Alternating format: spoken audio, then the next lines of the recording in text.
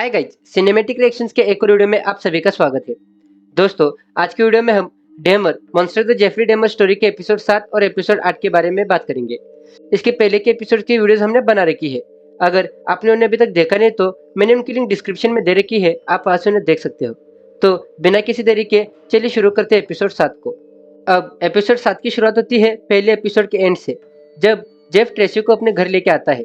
तो ट्रेसी मौका पाती है उसके घर से भाग जाता है और वो पुलिस को जेफ के घर पे लेके आता है। फिर पुलिस जेफ को गिरफ्तार कर लेती है। जेफ की गिरफ्तारी के बाद उस बिल्डिंग में रहने वाले सभी आदमियों को पुलिस उस बिल्डिंग से जाने को कहती है, क्योंकि वो पूरी बिल्डिंग एक क्राइम सीन थी। इसके बाद पुलिस चीफ और एक बड़ा ऑफिसर बात करते हुए नजर आते हैं। वो ऑफिसर कहता है कि एक विक्टिम वहां से बच के निकलने में कामयाब हो गया था, लेकिन पुलिस वाले उसे वापस जेफ के घर लेके चले जाते हैं। ये वही लड़का है जो 14 साल का था, लेकिन जेफ पुलिस वालों को कहता है कि ये 19 साल का है और ये मेरा बॉयफ्रेंड है। जेफ की पड़ोसी ग्लेंडा ने उस लड़कों को बचाने की लाख कोशिश की थी, लेकिन इन दो पुलिस वालों ने ग्लेंडा की एक भी नहीं सुनी, क्योंकि वो काली थी। इसके बाद में वो ऑफिसर कहता है कि क्या हम उन दो पुलिस वालों को गिरफ्तार नहीं कर सकते, ताकि लोगों को ये लगे कि हम इस केस पर कुछ तो कर रहे हैं। इसके बाद में चीफ उस ऑफिसर को कहता है कि पुलिस यूनियन तो अपने ऑफिसर्स को बचाएगी ही। फिर वो ऑफिसर कहता है कि मरने वाले लोगों की फैमिली को इन्फॉर्म करो। इसके बाद में दो पुलिस वाले मरने वाली फैमिली को जाकर कहते हैं कि जेफरी ने तुम्हारे मेंबर को मार दिया है।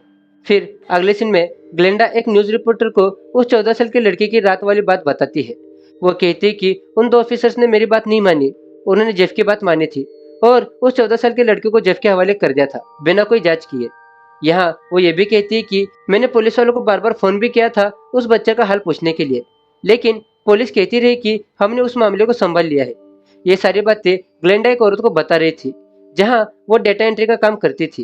वो औरत ये कहती है कि मिस्टर लिवलू को प्रेस की फिक्र है और ग्लेंडा, तुम्हारे डिवीजन में से कई औरतों ने तुम्हें काम करते वक्त रोते हुए देखा है। इस पर ग्लेंडा कहती है कि जब जब मैं उन चीजों को याद करती हूँ मैं वॉशरूम में जाके रोने लगती हूँ। बाद में जेसे जैक्सन, जो मिल्वॉकी शहर का लीडर होता है, वो पुलिस की चीफ ऑरेलियो और एक ऑफिसर से बात करते हुए कहता है कि पुलिस अपना काम सही नहीं कर रही है। आज काले लोगों की कोई इज्जत नहीं है। जब जब काले लोग अपनी आवाज उठाते हैं उनकी आवाज को दबा दिया जाता है। तब चीफ ऑरेलियो कहता है कि डेमर की गिरफ्तारी के बाद लोग हमारी पुलिस पर पत्थर फेंक रहे हैं, इस बात से शहर में दंगे हो सकते हैं। जैक्सन कहता है कि काले लोग पुलिस से नाराज है और वो इंसाफ चाहते हैं। मैं इस शहर मिल्वॉकी में एक मुद्दे पर लाइट डालने आया था, ताकि तुम जैसे पुलिस वाले अपने काम को ईमानदारी से कर सके और रेसिज्म खत्म कर सके। इसके बाद जैक्सन ग्लेंडा से मिलने चला जाता है। तब ग्लेंडा कहती है कि पुलिस ने मुझसे बात करने के लिए एक बार भी कॉल नहीं किया। मैंने बहुत बार पुलिस को कॉल करके कहा था कि जेफ के घर से बहुत गंदी बदबू आ रही है और वहां से चीखने चिल्लाने की भी आवाजें आ रही है, जैसे कोई मदद मांग रहा हो, लेकिन पुलिस वालों ने कभी भी मेरी बात नहीं सुनी। हम काले लोग चाहे कितना भी चिल्लाए, वो पुलिस वाले हमारी एक भी बात नहीं सुनते। इस पर जैक्सन कहता है कि मैं सुनूंगा। इसके बाद ग्लेंडा वो सारी बातें बताने लगती है जो उसने जेफ के कमरे से सुनी थी। इसके बाद अगले सीन में हम डिन नाम के एक लड़के को देखते हैं, जो ग्लेंडा की बिल्डिंग में रहने आता है। उसकी मुलाकात जेफ से होती है और वो गायब हो जाता है। इसके बारे में ग्लेंडा बिल्डिंग के मैनेजर से बात करती है। वो उस मैनेजर से कहती है कि जेफ के कमरे में से बहुत बदबू आती है, आप उसे इस बिल्डिंग से निकाल दो। मैंने उससे कई बार इस बारे में बात की है और जेफ कुछ नहीं बोलता। वो बदबू इतनी गंदी रहती है कि हमारा कमरे में रहना मुश्किल हो गया है। फिर मैनेजर जेफ के पास जाता है और उसे एक लेटर देता है और कहता है कि तुम्हें इस बिल्डिंग में से निकाल दिया गया है, 30 दिनों में तुम्हें तुम्हारा रूम खाली करके जाना होगा। इसके बाद जेफ ग्लेंडा के घर जाता है, क्योंकि उसे मालूम था कि ग्लेंडा ने ही मेरी शिकायत की होगी। वो ग्लेंडा के लिए मीट सैंडविच लेके जाता है और उसे कहता है कि तुम इसे खा लो और मेरे खिलाफ की गई कंप्लेंट को वापस ले लो। इसके बाद ग्लेंडा जेफ से पूछती है कि तुम्हारा 19 साल का बॉयफ्रेंड कहाँ है। जेफ कहता है कि उससे मेरा ब्रेकअप हो गया है। इसके बाद ग्लेंडा पूछती है कि डिन कहाँ पर है और अगर तुमने ये बात बता दी तो मैं कंप्लेंट वापस ले लूंगी। तुमसे मिलने के बाद डिन मुझे कभी नहीं दिखा। जेफ कहता है कि डिन के बारे में मुझे नहीं पता। यहाँ ग्लेंडा ये भी कहती है कि तुम्हारे घर में से रात को औजारों की आवाजें आती है। इस पर जेफ कहता है कि मैं कुछ नया बनाने की कोशिश कर रहा हूँ। इसके बाद ग्लेंडा उस मीट सैंडविच को नहीं खाती और जेफ को अपने रूम में से बाहर निकलने को कहती है। इसके बाद एक सीन में ग्लेंडा पुलिस को कॉल करते हुए कहती है कि मेरे बगल वाले रूम में से जोरदार झगड़े की आवाजें आ रही है। मेरे हिसाब से कोई तो किसी को जान से मार रहा है। ये सारी बातें ग्लेंडा को उसके रूम में लगी जाली से आ रही थी। लेकिन ग्लेंडा के कॉल करने के बाद भी पुलिस उसकी बातों को नहीं सुनती। अगर पुलिस वाले ग्लेंडा की बात को एक बार भी मान लेते तो बहुत सारे लोगों की जान बच सकती थी। ये सारी बातें ग्लेंडा जैक्सन को बताती है। इस पर जैक्सन कहता है कि आज से सभी लोग तुम्हारी बातों को सुनेंगे। कल चीफ ऑरेलियो उन 2 पुलिस वालों को सस्पेंड करेंगे जिन्होंने तुम्हारी बातें नहीं सुनी। इसी के साथ ये 7वां एपिसोड यहाँ पर खत्म हो जाता है। अब 8वें एपिसोड की शुरुआत में मिस्टर डेमर रोते हुए नजर आते हैं क्योंकि पुलिस वालों ने उन्हें जेल में बुलाकर यह बता दिया था कि आपके बेटे जेफ ने कई सारे लोगों का खून किया है। इसके बाद में जेफ को अपने पिताजी से मिलने के लिए लाया जाता है और यहाँ उसके पापा कहते हैं कि जेफ, तुम बीमार हो, तुम्हें इलाज की जरूरत है। तुमने ऐसा क्यों किया? मैंने तो तुम्हें ऐसी परवरिश नहीं दी थी। तो जेफ कहता है कि मुझे नहीं पता। मिस्टर डेमर पूछते हैं कि इन सभी की शुरुआत कहाँ से हुई थी, क्या तुम्हें पता है? इस पर जेफ कहता है कि मुझे नहीं पता। मैं जब इस बारे में सोचता हूँ तो मुझे याद आता है कि कैसे आप रोड पर मरे हुए जानवरों को ढूंढने के लिए मुझे अपने साथ लेके जाते थे और हम उन्हें काटते थे। तो जेफ के पिताजी कहते हैं कि तुम ये सारे इल्जाम मुझ पर नहीं डाल सकते, ये मेरी गलती नहीं है, मैंने ऐसा नहीं किया। तुमने जिस चीज में अपनी दिलचस्पी दिखाई, मैंने तो बस उस काम में तुम्हारा साथ दिया। इस पर जेफ कहता है कि हाँ, सही बात है। इसके बाद हम एक सीन में जोयस को देखते हैं जो एक कैंप में आई है। यहाँ कुछ न्यूज रिपोर्टर उससे सवाल पूछने लगते हैं और उससे जेफ के बारे में पूछने लगते हैं। तो वो कहती है कि मुझे नहीं पता और वो अंदर चली जाती है। वहां जाके वो उसके एक पेशेंट आइजैक को उसकी एचआईवी रिपोर्ट देती है जो कि नेगेटिव आई थी। फिर अगले सीन में मिस्टर डेमर सोफे पर बैठे नजर आते हैं। तभी यहाँ उनकी बीवी आके कहती है कि तुम्हें अब आराम करना चाहिए, तुम पिछले 5 दिनों से सोए नहीं हो, ये तुम्हारी तबीयत के लिए हानिकारक है, तुम्हें डॉक्टर के पास जाके नींद की गोलियां लेनी चाहिए। इस पर मिस्टर डेमर कहते हैं कि गोलियां ही तो इन सभी की जड़ है। प्रेगनेंसी के दौरान भी जो इस हजारों गोलियां खाती थी उसी का असर इस पर पड़ा है। इस पर शेरी कहते हैं कि तुम जोइस को इसका जिम्मेदार नहीं ठहरा सकते। तो मिस्टर डेमर कहते हैं कि क्यों नहीं, ये उसकी गलती है, वो डेमर को घर पर अकेला छोड़ के चली गई थी। तो शेरी कहते हैं कि उस वक्त तुम कहाँ पर थे, और ये कहकर वो माफी भी मांगती है क्योंकि उस वक्त मिस्टर डेमर शेरी के साथ थे। तब मिस्टर डेमर कहते कि वो मेरा खून है और मैं जब उसकी उम्र का था तब मुझे भी ऐसे ख्याल आते थे। मैंने बम बनाने की कोशिश की थी। मैं पटाखों को खिलौने से बांध कर स्कूल में लेके गया था और उसे खिड़की के बाहर फेंक दिया था। इस पर शेरी कहती है कि ये दोनों बातें बिल्कुल अलग है। तो मिस्टर डेमर कहते हैं कि नहीं, मेरे अंदर भी उसके जैसे काम करने की चाहत है। मेरे पड़ोस में एक लड़की रहती थी और मैंने उसे हिप्नोटाइज करने की कोशिश की थी ताकि मैं उसके साथ अपनी मनमर्जी कर सकूं। मैं अकेले में यह सोचा करता था कि किसी को मारना कैसा लगता होगा और मुझे सपने भी आते थे कि मैंने किसी को मार दिया है। तो शेरी कहती कि वो तो बस सपने थे, तुमने किसी को भी नहीं मारा, तुम्हारे खून में कोई भी कमी नहीं है। डेविड भी तो तुम्हारा ही खून है, वो तो बिल्कुल नॉर्मल है और अच्छा लड़का है। दोस्तों, डेविड जेफ का छोटा भाई है जिसे डाइवोर्स के बाद जोयस अपने साथ लेके चली गई थी। फिर अगले सीन में मिस्टर डेमर अपनी माँ के घर जाते हैं। यहाँ कुछ पुलिस वाले उनके घर की तलाशी लेते हुए नजर आते हैं क्योंकि जेफ ने वहां पर कई सारे खून किए थे। यहाँ मिस्टर डेमर कहते हैं कि मेरी माँ को परेशान मत करो, उनकी दिमागी हालत ठीक नहीं है।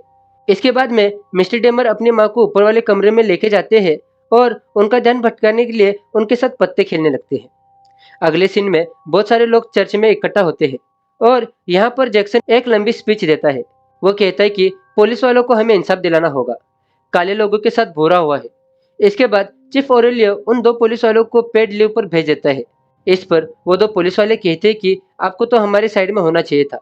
इस पर चीफ कहता है कि मुझ पर ऊपर से बहुत सारा प्रेशर है। तो पुलिस वाले कहते हैं कि आप हमें ऐसे ही नहीं निकाल सकते, हमारी यूनियन वाले हमारे लिए केस लड़ेंगे। ये दोनों वही पुलिस वाले हैं जिन्होंने 14 साल की लड़की को जेफ के हवाले किया था। फिर अगले सीन में मिस्टर डेमर और शेरी टीवी देख रहे होते हैं। इस टीवी में ट्रेसी जो जेफ से बच गया था उसका इंटरव्यू दिखाया जाता है। इसके बाद में जेफ के बचपन का दोस्त आता है। उसका चेहरा हमें नहीं दिखाया जाता है, लेकिन असल में उसका दोस्त नहीं होता। न्यूज वाले उसका असली नाम नहीं बताते, वो उसे निक के नाम से बुलाते हैं। यहाँ निक कहता है कि मैं और जेफ ईयरबुक में एक साथ थे। यहाँ न्यूज एंकर पूछता है कि तुम दोनों ये सेक्सुअल एक्टिविटी कहाँ करते थे? निक कहता है कि जेफ के घर पर। तभी एंकर पूछता है कि क्या तुम जेफ की फैमिली से कभी मिले हो? तो निक कहता है कि हाँ, उसकी एक सौतेली माँ थी जो उस पर हमेशा चिल्लाती रहती थी और जेफ ने कहा था कि उसके पापा ने उसे सेक्सुअली मोलेस्ट भी किया था। ये सुनकर मिस्टर डेमर टीवी बंद कर देते हैं और शेरी से कहते हैं कि ये सब सही नहीं है। फिर अगले सीन में हम जेफ, मिस्टर डेमर और एक लॉयर को एक साथ देखते हैं। मिस्टर डेमर जेफ से कहते हैं कि तुम न्यूज़ और मैगजीन के कवर पे हो। तो जेफ पूछता है कि इसमें क्या लिखा हुआ है। तो उसके पापा कहते हैं कि कुछ अच्छा नहीं लिखा है, लोग तुम्हें जान से मारना चाहते हैं। इस पर जेफ कहता है कि मैं भी तो यही चाहता हूँ। यहाँ लॉयर कहते हैं कि विस्कोसिन में डेथ सेंटेंस नहीं है। फिर लॉयर कहता है कि तुम्हें इलाज की जरूरत है, तुम्हारा इलाज कराने के लिए हमें जज को यह साबित करना होगा कि तुम पागल हो। तो जेफ कहता है कि मैं पागल नहीं हूँ। इस पर मिस्टर डेमर कहते हैं कि मर्डर करते वक्त तो तुम पागल थे। जेफ कहता है कि नहीं। फिर जेफ के पापा कहते हैं कि याद है तुम मुझे कहते थे कि मैं शैतान के कब्जे में हूँ और तुम्हें जागने के बाद कुछ भी याद नहीं रहता था। तो जेफ कहता है कि मैं नशे में होता था, लेकिन मुझे पता रहता था कि मैं क्या कर रहा हूँ। इसके बाद मिस्टर डेमर कहते हैं कि हमारे पास एक और केस है जो तुम्हारे केस से मेल खाता है। इस पर लॉयर कहता है कि ये काफी पुरानी बात है। एक हार्डवेयर शॉप की मालकिन गायब हो गई थी, किसी को भी पता नहीं था कि वो कहाँ गई है। उसके बेटे ने पुलिस वालों को बताया था कि एक एडकिन नाम का आदमी उनके शॉप में आया था। तो वो पुलिस वाले एडमिन के घर गए, लेकिन वहां पर उन्हें कोई नहीं मिला। फिर उसके घर के पीछे एक झोपड़ी थी। जब पुलिस ने उसका दरवाजा खोला तो उन्हें वहां पर एक औरत की बिना सिर की बॉडी मिली। वो औरत छत से लटकी हुई थी। इसके बाद एडगिन को गिरफ्तार किया गया। फिर उसके घर की तलाशी ली गई और यहाँ उस औरत का सिर एक बोरी में मिला और उसके शरीर के टुकड़े हर तरफ फैले हुए थे। वहाँ इंसानी खोपड़ी की कटोरियां थी। उसके बेड के आसपास खोपड़ियां ही खोपड़ियां थी। उसके बेड की चादर चमड़े से बनी हुई थी। अब मिस्टर डेमर कहते हैं कि एक बार तुमने लाश को खोदने की कोशिश भी की थी और एडगिन ने यह काम 30 से 40 बार किया था। उसने कई लोगों को मारा था, लेकिन वो पागल होने की वजह से पूरी जिंदगी जेल में नहीं रहा। यानी कि वो पूरी जिंदगी हॉस्पिटल में जाता रहा, जहां उसका इलाज किया गया। लॉयर कहता है कि हम तुम्हारे साथ भी ऐसा ही कर सकते हैं।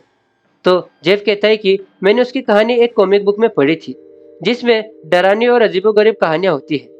फिर अगली सीन में लॉयर और मिस्टर डेमर रूम से बाहर आ जाते हैं। तब मिस्टर डेमर कहते हैं कि ऐसी कॉमिक बुक कौन लिखता है, ये पूरा कल्चर ही खराब है। फिर अगले सीन में हमें एक कोर्ट दिखाया जाता है। यहाँ जज कहते हैं कि जूरी ये समझती है कि जेफरी की दिमागी हालत एकदम ठीक है और उसने कबूल किए 17 मर्डर्स के लिए जेफरी को जेल में भेजा जाएगा, ये मैं यकीन के साथ कहता हूँ। अब हम मंडे को मिलेंगे। उस दिन विक्टिम्स के परिवार को अपने विचार मानने का मौका मिलेगा और डिफेंडेंट को भी अपनी बात रखने का मौका दिया जाएगा। उस कोर्ट में जेफ की माँ जॉयस भी आई थी। कोर्ट के बाहर आते ही मिस्टर डेमर और जेस काफी देर तक आपस में बहस करते हैं और वो एक दूसरे को इस बारे में जिम्मेदार ठहराते हैं। फिर अगले सीन में जेस कार्टिज के नानी के घर पर जाती है।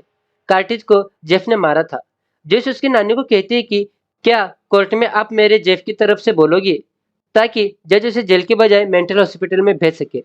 तो वो औरत कहती है कि मैं ऐसा नहीं करूंगी। फिर मंडे आ जाता है और विक्टिम्स के घर वाले जेफ के खिलाफ बोलते हुए नजर आते हैं। इसके बाद जज कहता है कि सजा सुनाने के पहले जेफ, क्या तुम कुछ कहना चाहोगे? यहाँ जेफ कहता है कि अब सब कुछ खत्म हो गया है। ये केस कभी भी मेरे आज़ादी के बारे में नहीं था। मैं आज़ाद होना नहीं चाहता था। सच कहूँ तो मुझे मौत ही चाहिए थी। मैं जानता था कि मैं बीमार हूँ और मैं बुरा भी हूँ। मुझे पता था कि मैं बीमार था। डॉक्टर्स ने मुझे मेरी बीमारी के बारे में बताया था और अब मैं थोड़ा शांत हूँ। मैंने लाशों की पहचान करवाने में पुलिस की मदद भी की थी। मैंने जो इन परिवारों के साथ किया है, मुझे इसका बहुत अफसोस है और मैं ये भी कहना चाहता हूँ कि मैं मेरी बाकी की जिंदगी जेल में ही काटना चाहूंगा। फिर अगले सीन में एक रिपोर्टर कहती है कि जज ने जेफ को 15 साल की सजा सुनाई है। हर एक कत्ल के लिए उसे उम्र कैद की सजा सुनाई गई है। फिर अगले सीन में मिस्टर डेमर, जेफ और शेरी नजर आते हैं। फिर मिस्टर डेमर कहते हैं कि मैंने खुद के अलावा सबको इसका कसूरवार ठहराया था, लेकिन गलती तो मेरी ही थी। जेफ कहता है कि नहीं। जेफ के पापा कहते हैं कि मैंने ही तुम्हें रोड पर के मरे हुए जानवरों को काटना सिखाया था। मुझे ये नहीं करना चाहिए था। मुझे तुम्हारे लोगों के मारने वाली फैंटेसी को बैठकर सुनना चाहिए था, क्योंकि मैं भी ऐसा ही महसूस करता था। मुझे यकीन नहीं होता कि मैंने तुम्हें अकेला छोड़ दिया था। फिर वो जेफ के गले लगकर रोने लगते हैं। इसके बाद जेफ से मिलने का टाइम पूरा हो जाता है और पुलिस वाले उसे लेके चले जाते हैं। फिर अगले सीन में जेस एक चिट्ठी लिखती है और सुसाइड करने की कोशिश करती है, लेकिन वो बच जाती है। इसके बाद मिस्टर डेमर किताब लिख रहे होते हैं। यहाँ शेरी आती है और कहती है कि मेरी अभी अभी डेविड से बात हुई है। जोइस अभी ठीक है, लेकिन उसने सुसाइड करने की कोशिश की है। फिर अगले सीन में वो दोनों पुलिस वाले वापस आ जाते हैं, जिन्हें पेड लीव से निकाला गया था, और बाद में यही बातें जैक्सन अपने बेटे से करते हुए नजर आता है। तो उसका बेटा कहता है कि बस इतनी सी सजा। इस पर जैक्सन कहता है कि मेयर ने कहा है कि वो इस पर अपील करने वाले हैं। उसका बेटा कहता है कि अगर काम नहीं हुआ तो जैक्सन कहता है कि फिर हम अगली लड़ाई लड़ेंगे, और इसी के साथ ये भी एपिसोड खत्म हो जाता है। तो दोस्तों, ये थे Dahmer Monster the Jeffrey Dahmer story के एपिसोड 7 और एपिसोड 8। आपको ये सीरीज और हमारी वीडियो कैसे लगी, आप हमें कमेंट कर बताइए। और अगर आप हमारे चैनल पर नए हो तो हमारे चैनल को सब्सक्राइब कीजिए। मिलते हैं आप सभी से आपके अपने चैनल पर किसी और वीडियो में। Till then, take care. वो बदबू, रात भर चलने वाले वो औजारों का शोर, और मैंने कई बार तुम्हारे अपार्टमेंट से चीखें सुनी हैं।